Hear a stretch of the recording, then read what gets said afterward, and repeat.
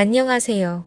사연 즐겨 듣고 있는 올해 30대 중반 되는 남자입니다. 군대를 전역하고 얼마 되지 않아서 곧바로 아르바이트를 시작한 올해 전 어느 날이었습니다. 예전부터 일본에 가서 일식 유학을 하는 게 꿈이었거든요.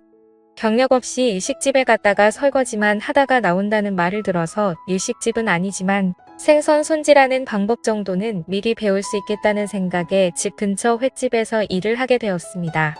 물론 알바를 시작하자마자 생선 손질을 맡기진 않았겠죠. 배우고 싶으면 어깨너머로 배우라고 하시곤 초보자니까 처음에는 이런저런 자비를 하게 되었습니다.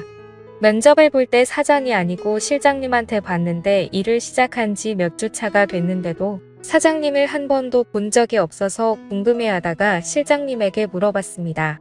실장님이 말해주길 사장님은 아침에만 잠깐 들르신다고 하고는 말을 아끼시길래 그래도 일을 시작한 직원인데 사장님께 한 번이라도 인사는 해야 하지 않나 싶어서 그날은 아침 일찍 일어나 오픈 준비가 한참인 가게 안으로 들어갔습니다.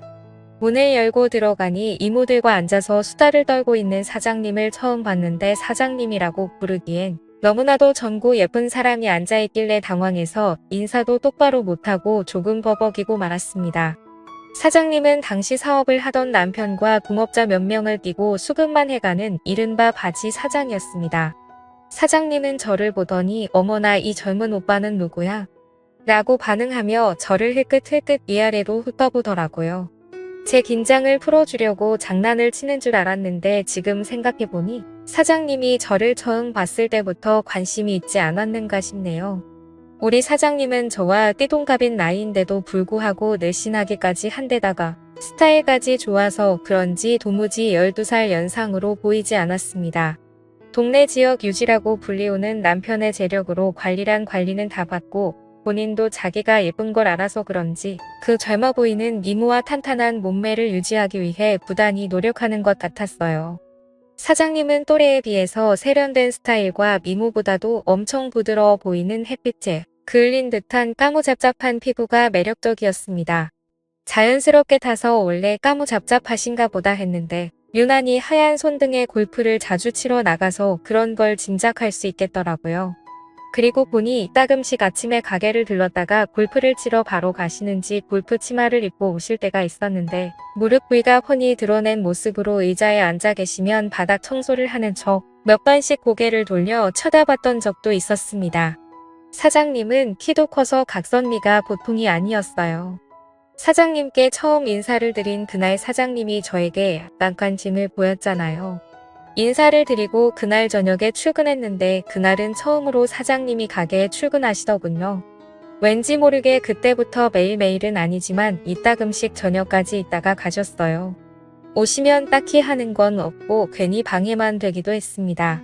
그러다가도 손님이 없으면 꼭 일하고 있는 저를 불러다가 어깨 좀 주물러 봐라 이런 쓸데없는 부탁 같은 걸 했어요. 물론 사장님의 어깨를 주무르는 건 좋았습니다. 뭉친 어깨를 지그시 누를 때 사모님 입에서 이상한 소리를 내셨는데 그 소리가 엄청나서 괜히 몸과 마음 한 구석이 뜨거워질 때가 있었습니다. 사모님도 약간 그런 저의 반응을 즐기는 듯 했어요. 사장님이 저에게 미묘한 신호를 보내고 있다는 걸 그날 눈치채게 되었습니다. 잠깐 바쁜 시간이 끝나고 뒷문으로 나와 담배에 막불을 붙이고 한 모금 지피 빨고 있는데 사장님이 따라 나오셨습니다. 깜짝 놀라서 피던 담배를 벽에다가 비벼서 불을 껐는데 사장님이 자기도 담배 한 대만 달라고 하더라고요. 마침 지금 이게 마지막 한 대라고 이거 말고는 없다고 하니 제 코앞까지 다가와 그거라도 줘보라면서 제가 피던 담배를 빼서 피셨어요. 담배를 한 3모금 정도 피우다가 저에게 다시 건네주는데 새빨간 립스틱이 잔뜩 묻어있는 담배를 다시 받으니 기분이 조금 묘하더라고요. 넘겨준 걸 다시 태우고 있는데 사장님이 저에게 립스틱 맛이 어때? 라고 직구로 농담을 했습니다. 순간 당황해서 연기를 목으로 넘기지 못해 콜록대고 있는데 사장님이 소리내며 웃으며 그래도 가게에 젊은 남자가 오니까 참 좋다 이렇게 말하고는 휙 들어갔습니다. 사장님의 맛이라니 괜히 그날은 부끄러운 마음에 잠도 제대로 이루지 못했어요. 침대에 누워 사장님이 한 말을 곰곰이 생각해 보니 홀에 서빙하시는 이모들도 주방 이모들도 실장들까지도 전부 나이가 한참 많으신 분들인데다가 실장님들이 전에 하는 말을 언뜻 들었는데 요식업에 대해서 뭣도 모르는 바지 사장 주제라며 사장이 없는 자리에서 비아냥대던 게 생각이 나더라고요. 실장들 곤주 부리는 거에 지쳐서 아르바이트생인 저를 보고 참 좋다고 하는 말이 한편으로는 약간 안쓰러웠습니다. 그렇다고 사장의 미모 때문에 저에게 일을 가르쳐줄 실장님들을 무시할 수는 없었죠. 또 그렇다고 명색이 사장인데 그들과 한통속이라는 생각이 들게 하지 말아야겠다는 생각에 박쥐처럼 양쪽을 오가며 처신하다 보니 조금 서로들 분위기가 좋아지는 듯이더라고요. 제 덕분인지 화기애애지는 분위기에 사장님도 마감 때까지 같이 고생하고 하다 보니 일이 끝나면 가게 문 닫아놓고 회식을 자주 했습니다. 그날도 가게 문 닫아놓고 다 같이 한잔을 하고 있었는데 분위기가 정말 좋았습니다. 준비해놓은 안주가 다 떨어져 가는데 기분이 좋아 보이시는 사장님이 오늘은 수조에 있는 거 아무거나 꺼내와서 술 좀 더 마시자고 하시더라고요. 고참 실장님이 사장님에게 냉장고에 단골용으로 숙성해 놓은 게 있는데 그걸 먹자고 내일 되면 너무 물러져서 회덮밥으로도 못 쓴다고 하는데 거기다 대고 사장님이 남자도 회도 생으로 먹는 게 제맛이지? 이러면서 땡깡을 부리시더라고요. 생각지도 못한 여사장님 애교의 실장님들도 저도 서로 묘하게 눈치만 보면서 있었습니다. 아무거나 잡으라지만 결국 양식 광어 2마리 잡아다가 가게 안에서 1차를 끝냈습니다. 사장님은 기분이 그렇게나 좋은지 가게 오픈한 이래로 이렇게 재밌는 적은 없었다며 2차로 노래방에 가자고 박박 우기셔서 그렇게 2차를 가게 되었습니다. 횟집 근처 노래방에 가는데도 이미 다들 비틀거리는 모습이 모두 다 취한 것 같더라고요. 다들 취기가 잔뜩 올랐는데도 노래방에서 엄청나게 부어라 마셔라 하고 있었습니다. 사장님은 워낙에 기분이 좋았는지 약간 끈적한 반주가 깔린 노래가 흘러나올 때 실장님들과 번갈아가면서 블루스를 추더라고요. 그러면서 고개를 제 쪽으로 계속 돌려가며 제 눈치를 보더라고요. 사장님은 이내 이모님들을 불러일으키더니 이모님들을 실장님한테 붙여주고는 제 쪽으로 쪼르르 다가와 저랑도 블루스를 추기 시작했습니다. 예쁜 사장님을 뒤로 하고 이모님들과 그러고 있는 실장님들의 따가운 눈초리가 뒤통수에서부터 느껴지는데도 저와 밀착한 사장님의 모습에 전혀 부담스럽지 않고 오히려 행복했습니다. 이런 날도 있구나 싶더라고요. 사장님이 키도 저와 비슷한 편이라 바싹 끌어안은 채 서로의 어깨에 고개를 기대고 있는데 사장님의 귀 뒤쪽으로 향수와 샴푸 향기가 섞여 은은한 향이 났습니다. 그 향기를 간직하려고 숨을 들여 마시다가 실수로 사장님의 목덜미로 뜨거운 숨을 내뱉고 말았습니다. 그걸 목으로 전부 느끼셨는지 사장님이 당황해 하셔서 깜짝 놀라고 말았습니다.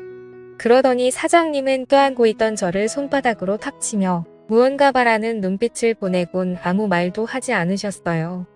브루스 타임이 끝나고 제일 상석에 있는 자리로 돌아간 사장님이 벼랑간 벌러덩 소파 위로 누워버리시더라고요. 술에 만취했는지 이모들이 흔들어 깨워도 일어나질 않으셨습니다.